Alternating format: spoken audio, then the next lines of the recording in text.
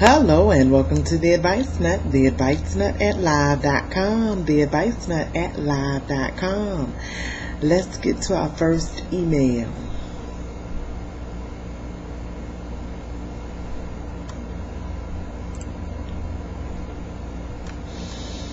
Okay, I have an email here. The person definitely wants to remain anonymous, so I'm going to be ad-libbing. It's not going to be exactly what this person wrote, but I am going to be ad-libbing a little bit. But you'll get the gist of the letter. When I was little, my stepfather used to throw temper tantrums all the time. I had a younger brother and sister, and we were all forced to be perfect. When we stepped out of line, we got paddled, intimidated, whatever. He cared about us, and we could tell that, but he didn't know how to show it. The one thing he wanted us to do in life was to do good in school and be good people. He and my mom introduced us to God in church, and I was not alone. It was here that I learned about God and faith, and one night I asked God for the gift of wisdom. My biological father used to try and buy us with money, so he finally got custody of me and my sister. I moved into a racist city where everyone was more focused on how to achieve a good time rather than focus on how they were treating other people. I, instead of being focused on partying and smoking weed, was focused on school and trying not to lose my faith. I remember several times getting picked on and not fighting back. It was the only thing that kept me going, knowing that I had the power to turn the other cheek. I had soda pop poured on me. I was ridiculed, spit on, and mocked every day. It went so far that I actually started believing what they said about me. I begged God every day to make me a better person. At one time in my life, I believed I was gay, and I was tormented by people in school. When I was 10, there was a possibility that I was raped by a family member. I woke up with some hard stuff around my anus. I didn't know if it had come from the bed or what, because it was in the bed when I woke up. I met a kid who tried to be my best friend, or at least he said he wanted to be. He told me he was shy and everything, really nice kid, down to earth. And he was studying to be a preacher. Finally, a spiritual person, I thought, to be friends with.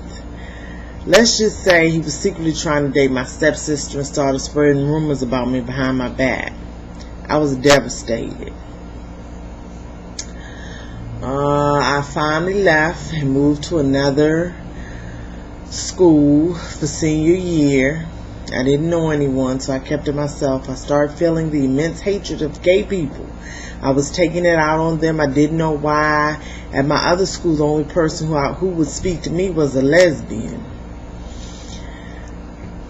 Their happiness seemed to make me feel like happiness didn't exist. No one would allow happiness to exist. I began to feel racist thought I was actually becoming what they had told me I was, and every dream I had was shattered.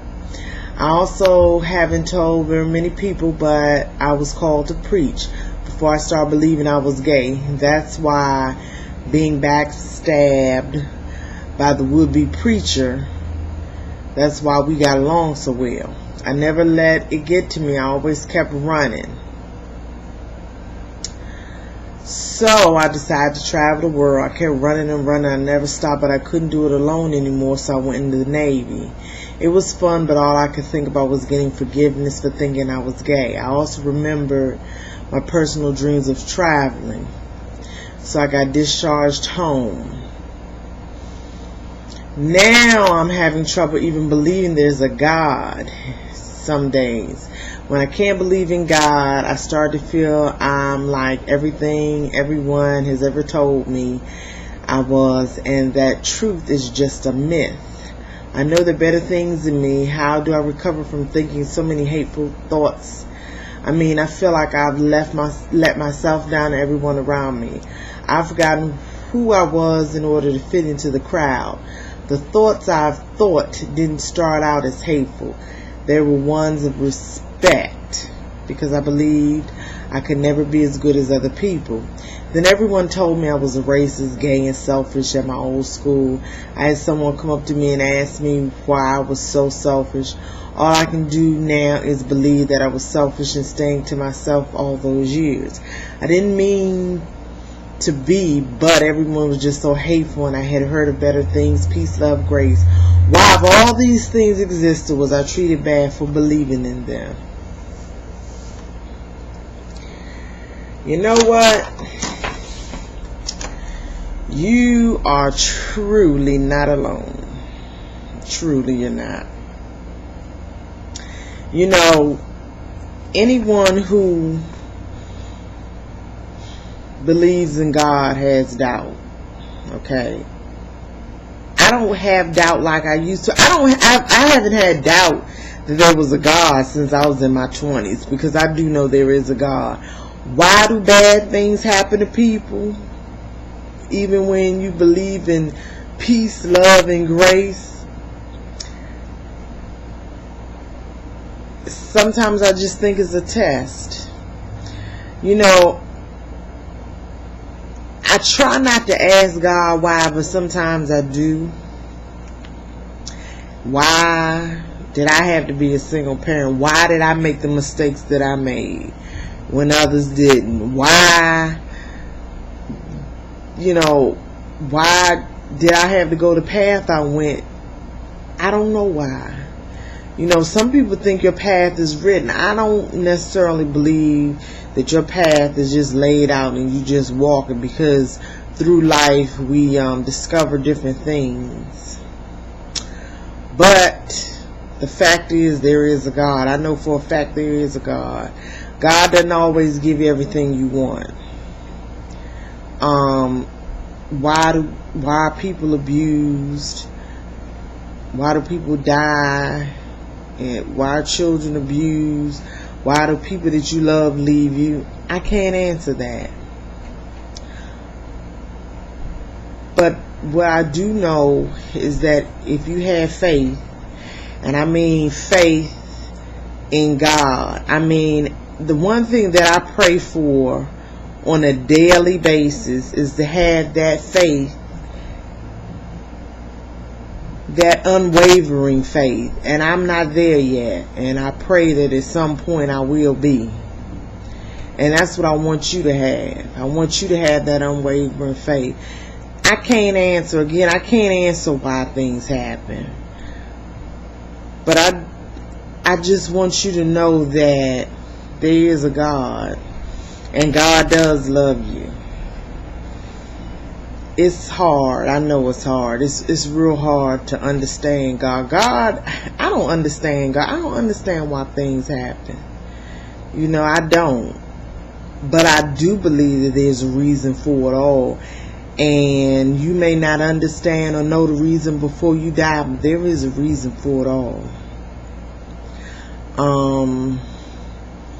And another thing that'll help you a great deal is if you learn to forgive. Forgive your stepfather, forgive your father, forgive all those schoolmates. You may never lay eyes on any of them again, but I want you to forgive. Forgiveness will help you out a whole lot. Trust what I tell you. Forgiveness. And another thing you may want to do, you may want to look into different religions. I'm non-denominational, but I will tell you that Buddhism has helped me out a lot. Buddhism is not a religion. Buddhism is people label it as a religion, but it really isn't. Buddhism is really a way of life and a way you live.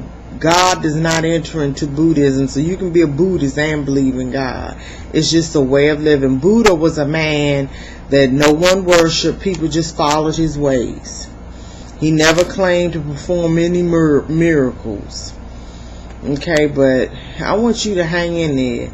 And I'm telling you, if you read up on Buddhism, it'll answer a lot of questions for you.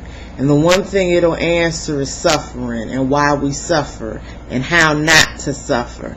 And it has helped me a great deal. So regardless of whatever path you're walking, I want you to believe and have faith, and by all means learn to forgive. That's the Advice Nut. The Advice Nut at live.com. The Advice Nut at live.com. You can also contact me on my website, theadvicenut.tripod.com, and you can check me out on MySpace and Black Planet under the Advice Nut. Until next time.